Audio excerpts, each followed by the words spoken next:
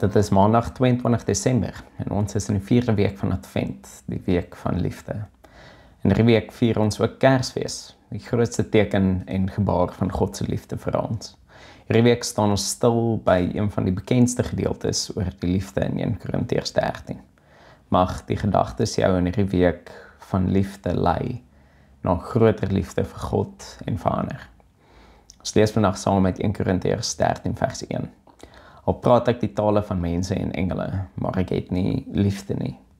Dan het ek 'n weergalmende gong of 'n kletterende simbaal geword.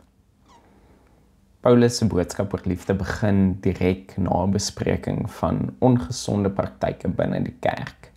Volgens Paulus het die gemeente in Korinthe fokus verloor van wat werklik belangrik is.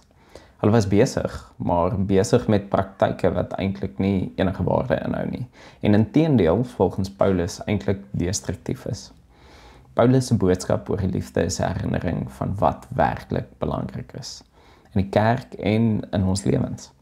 Veral in die Kerstyd word ons versoek om besig te wees met 'n klomp dinge wat eintlik nie belangrik is nie. Aan die begin van hierdie week vra vir jouself, tot watter mate help of hinder die dinge waarmee jy in hierdie tyd besig is, jou om in liefde te leef. Paulus se eerste stelling oor liefde gaan oor taal. Taal sonder liefde is soos 'n kletterende simbaal. Dit is waar vir enkele tale wat mense nie kan verstaan sonder dat daar iemand is om dit uit te lê nie, maar dalk veral vir die tale van mense, wat mense wel kan verstaan en daarom die mag het om iemand op te bou of af te breek. Woorde sonder liefde kan verwoestend wees.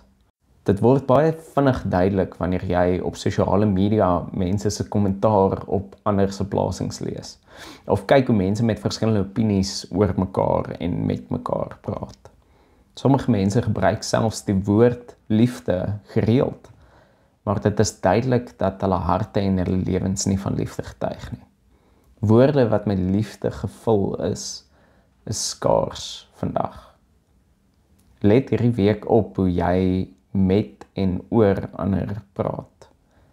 Hoe kan jy verseker dat jou woorde getuig van liefde? Kom ons bid saam.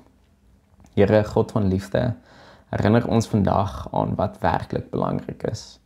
Gee dat ons lewens en die woorde van ons mond getuig van u liefde. Amen.